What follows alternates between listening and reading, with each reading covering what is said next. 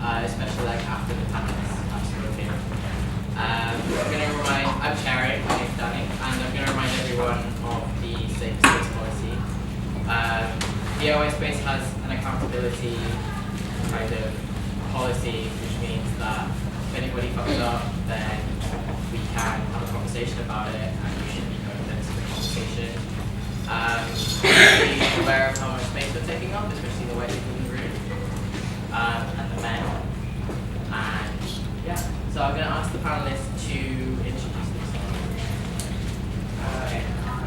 Hi, I'm Wale. I'm from Black Lives Matter UK. Mi nombre es Angela, and from the Wretched. My name is Kieran, and I'm from Wretched. I'm Monet from Sisters Uncut and Sisters Uncut. I'm Andy. I'm from Sisters Uncut and Sisters Uncut.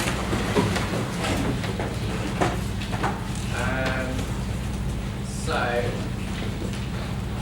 I think the first question is, how do you, or how have you become an activist?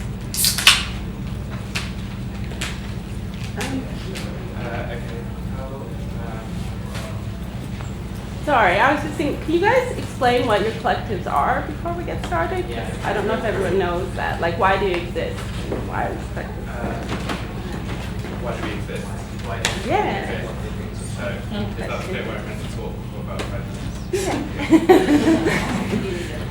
okay, so why Black Lives Matter exists? Well, I think firstly it exists because of the many cases of deaths in custody that we've had in this country. And I would just pick out one example as illustrative of that, which is the death of Sarah Reid. And Sarah Reid died on the 10th of January 2016. She was 33 years old and she was found dead in her cell at Holloway Prison. But I would actually say that the story of what happened to Sarah and the story of her death begins a long time before that. In 2003, her newborn child fell ill and passed away. And that horrific moment, in that horrific moment, Sarah was dealt insult to injury when the hospice that was taking care of her child said that she had to convey the corpse herself to the undertakers, which she did using a taxi with her partner at the time. And in the years that came, her mental health deteriorated, as you would expect, and she was hospitalized because of that a number of times.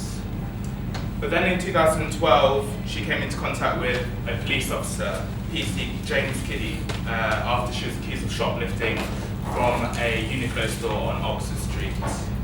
CCTV footage from the shop's back room showed Kiddy dragging Sarah around and punching her in the head, pulling her by the hair.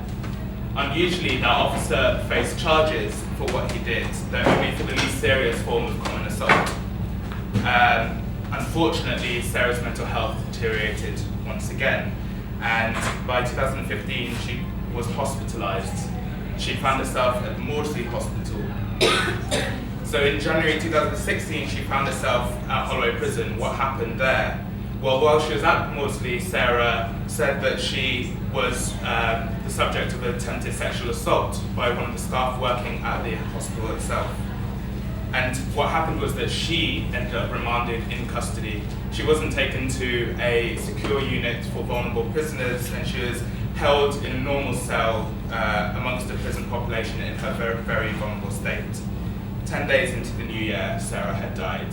I think that's just indicative of all of the services and state institutions that Black people come into contact with in their daily lives, which are often incredibly brutal and violent. And that's why we organise Black Lives Matter. We organise because this is also part of a wider picture. It's part of a picture of over 1,600 deaths in police custody or following contact with the police since 1990, and 0 convictions of the police officers involved in those cases. And the fact that you're twice as likely to be represented in those figures if you're a Black person. It's because, according to the Equality and Human Rights Commission, the British state incarcerates Black people at a more disproportionate rate than even the United States. And it's because you're 3 times more likely as a Black child in this country to be permanently excluded from school compared to the rest of your colleagues. those are the reasons that we organise. It's a wider picture that often goes unaccepted and unacknowledged. We're not able to have this conversation in this country about what the racism that we experience now, and it's because we've never been allowed to have the conversation in this country about our racist and colonial and imperial past. So I think it's time we start that conversation. Black Lives Matter thinks it's time that we start that conversation. That's why we organise, and thank you so much for inviting me to take part in today.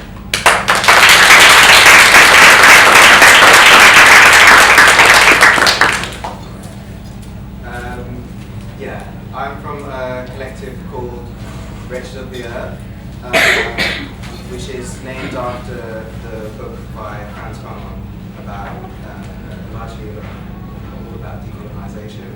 I think the best way to describe Wretched is to describe how we began, and so there was a march in November. Was it 2 years ago? Yeah. And it was a big climate justice march, a big environmental activist thing, and I've never really been, which is part of the reason why we exist, I've never really been part of like environmental activism, primarily because it to me has always looked, even though it actually isn't where a lot of the work is done, looked very white and very middle class, and I feel like that pushes away a lot of people from trying to fight the climate justice struggle here anyway, because part of the reason why this is why nobody knows that that struggle is for all around the world, white people of colour and people from the global south. We decided that there needed to be a block on this march that was like POC led by indigenous people, and focuses on how climate change affects people of colour all around the world, which is never really focused on. It's always talked about in a very Eurocentric way, and it's always talked about as if what we're worried about is London flooding, when this stuff is going on right now. It's not going on in 50 years, this is 400 years. This is right now, this is happening and affecting the people of the global south. When I say global south, that the term third world is what a lot of people would think of, but global south is a much better term, I think, although it doesn't include indigenous people. Hemisphere. But we started to try and change the narrative that exists in the environmental activists scene in the UK, and at the moment we get a lot of requests to just to add some melanin to really, really white events. Yeah, so that's the main thing I'm teaching right now, and so that's how I talk. And I think that's it for why we exist. The main thing is just to push against the idea, and the idea that that the climate change is somehow not connected to capitalism and anti-capitalist ideas, and that it sort of exists in this bubble, and if we all stop driving our cars kind of sentiment, and that is all about recycling polar bears, and that's all we have to worry about in the entire world. I love polar bears, they're great, but there are actual human beings all around the world who are dying because of what has been done, and the connection to, of course, the biggest thing for us is the connection to colonialism and the fact that and the extraction that goes on around the world now, neo-colonialism, so we're really trying to change that really, really white, middle class, wishy-washy narrative. Yeah.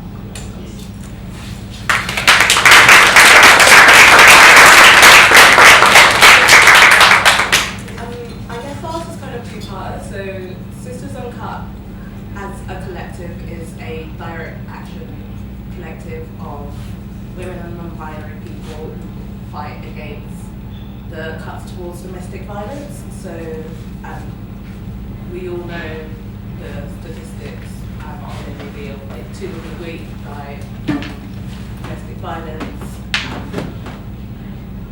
Basically what we do is we're pretty much, I guess, showing the government that through our direct action movements that this argument that because of austerity, whatever that may mean, that services are needed and can survive. An example would be that a lot of what the community work we do is bringing people together to show that there are still people that exist in a place where government try to erase us, and that's usually working class people, people of colour who are also typically the main victims of domestic violence. They need specialised services, and that's what Sisters Uncut fight for. Sisters of Colour is an organisation, is a caucus within Sisters Uncut. We exist because of the fact that people of colour are quite often the target of these cuts. We exist because, unfortunately, in a lot of movements, as one else has said, it is always quite white-facing. And to organise, you need to be in a community space that you feel most comfortable, a community space that understands where you're coming from, even if it's not the exact same experiences that they've had. And it's best for us to have a community space of Sisters of Colour from across our regions that can organise, that can socialise, that can coexist in a peaceful environment where they don't feel challenged by the same oppressions that we face outside.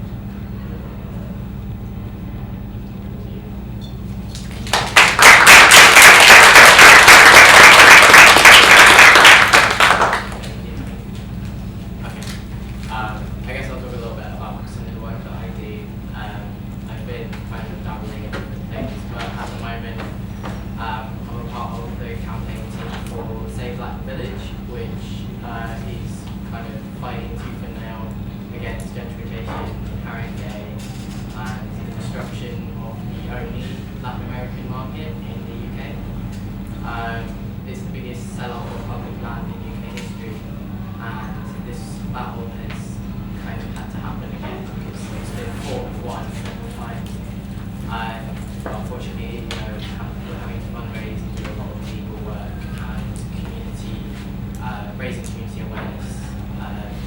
While we work with the campaign who are trying to preserve Latin elephants, elephant and castle community, our community spaces that are also being destroyed. So that's for us. Okay, so first question, I think, probably before the one I already asked, is what does it mean to you all to be an activist? Do you feel comfortable with that label? What does the label mean to you?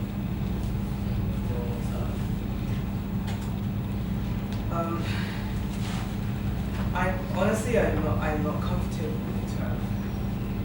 I'm not.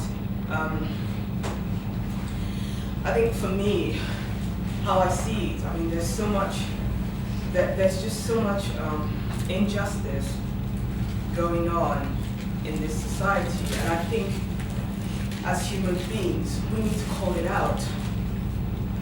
And I'm not very comfortable with it because there's so many terms that have been attached to activism. Because I mean, you've also got UK activists, by the way, as well. I mean, you've got neo-Nazi activists.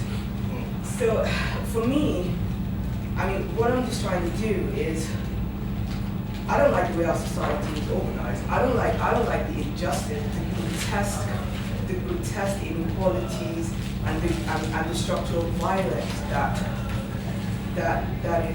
so many people have to face.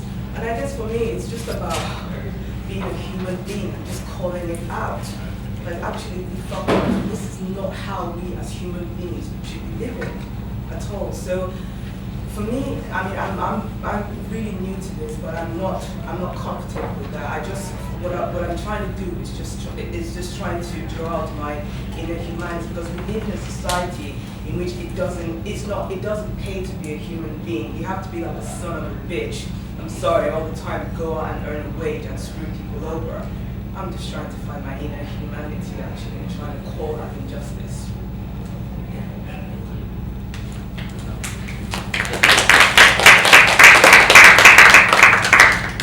That's a really valid point. I think a lot of kind of maybe working class and black communities, people's labour isn't considered activism or like celebrated as much as white people who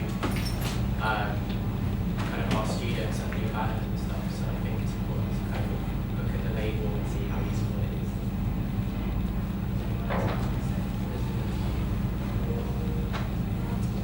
I feel weird when someone calls me activist.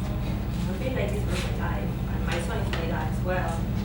Like this, we all here all resist times we are born, and you're constantly resistant. So that means that we're all activists is somehow, all resistance is resistance. Like it's just being yourself, even if you don't want to. I'm sure it's gonna happen to you, that's for sure. So just resist. So I always feel very weird. Like when someone, yeah, you're an activist, like, oh no, this is weird. So it's strange, like awkward. Yeah. I always think it's a very so I know a lot of people who I might think of as activists who definitely don't, and including myself, who definitely feel like it. Well, one, they don't want to sound like almost pretentious and elitist, as if like there are some, like you're saying, like, as if there are some people who are activists. And what does that make other people? I think it can be an okay term maybe to, because there's that, I definitely refer to Angela Davis as an activist.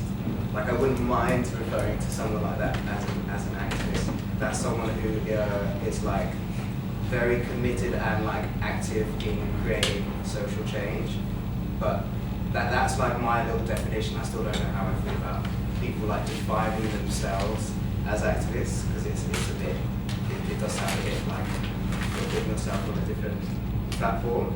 And what I was going to say, I'm a youth worker, and I for ages was like doing some, like going to protests and doing some other things that I would consider like activism, but never really considering the work that I do, like the community work that I do, the work I do with young people as activism as well, but to me that is the most like one of the most, if not the most important ways of creating like social change is to work with young people, because I'm tired of talking to adults. Actually, I quite enjoy talking to like younger people about the world that we live in, because they're far more likely to change and to like embody that change. I actually don't mind calling myself an activist. I just think it sounds